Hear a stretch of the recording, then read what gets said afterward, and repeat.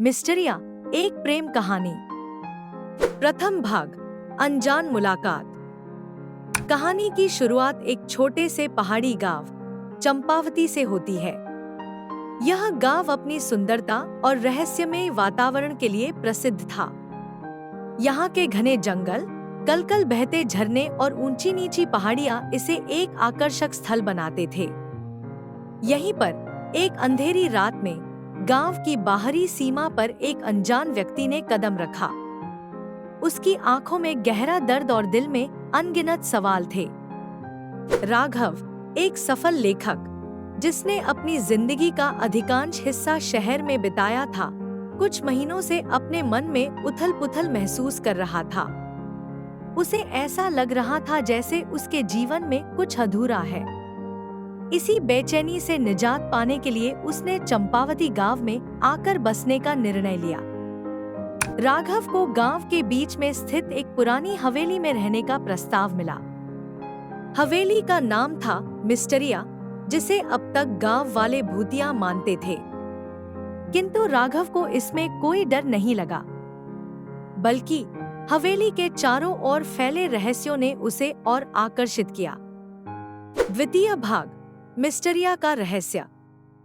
राघव ने हवेली में कदम रखा और तुरंत ही उसे ऐसा महसूस हुआ जैसे कोई अदृश्य ताकत उसे अपने आगोश में ले रही हो। हवेली के कमरे, गलियारे और बगीचा सब कुछ रहस्य से भरे हुए थे। हवेली के अंदर एक पुराना चित्र था जिसमें एक खूबसूरत युवती की तस्वीर थी। उसकी आंखों में एक अजीब सी उदासी और पीड़ा थी। राघव ने गांव वालों से उस युवती के बारे में पूछा, लेकिन किसी को कुछ नहीं पता था। सिर्फ इतना सुना था कि वह युवती हवेली की पूर्व मालिक की बेटी थी, जिसका नाम आशा था। लेकिन वह अचानक गायब हो गई थी और उसके बाद से किसी ने उसका नाम नहीं लिया। राघव की उत्सुकता और बढ़ गई। उसने हवेली की हर कोने की जांच पड़ताल शुरू कर दी। एक दिन वह हवेली के तहखाने में गया, जहां उसे एक पुरानी डायरी मिली। डायरी आशा की थी और उसमें उसकी दर्दभरी कहानी दर्ज थी। तृतीय भाग, प्यार और धोखा। डायरी से पता चला कि आशा का दिल एक नौजवान से लग गया था, जिसका नाम था अरुण। दोनों एक दूसरे से बेहद प्यार करते थे और साथ में भागकर कहीं दूर जाने की योजना बना रहे थे। लेकिन अरुण ने आशा को धोखा दिया। वह किसी और से प्यार करता था और आशा का उपयोग सिर्फ अपने फायदे के लिए कर रहा था।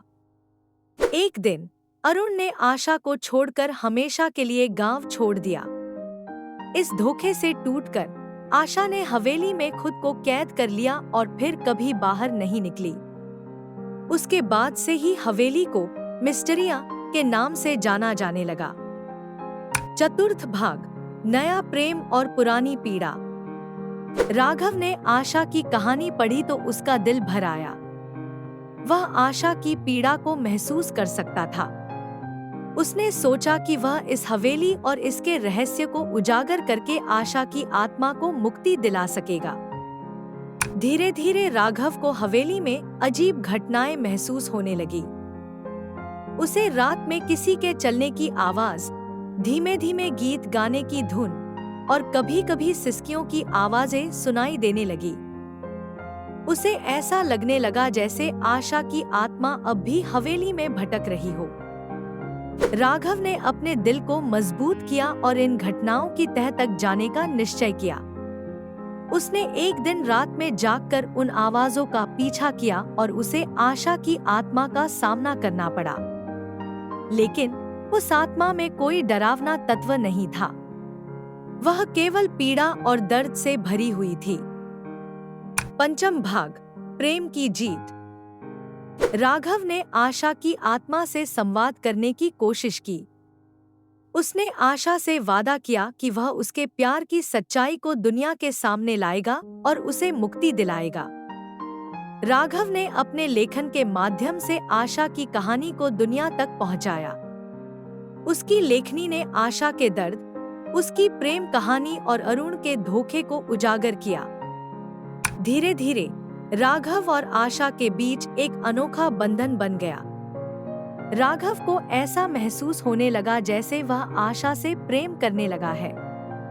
उसकी आत्मा को मुक्ति दिलाने के प्रयास में राघव ने स्वयं को आशा के प्यार में खो दिया। आखिरकार राघव की मेहनत रंग लाई।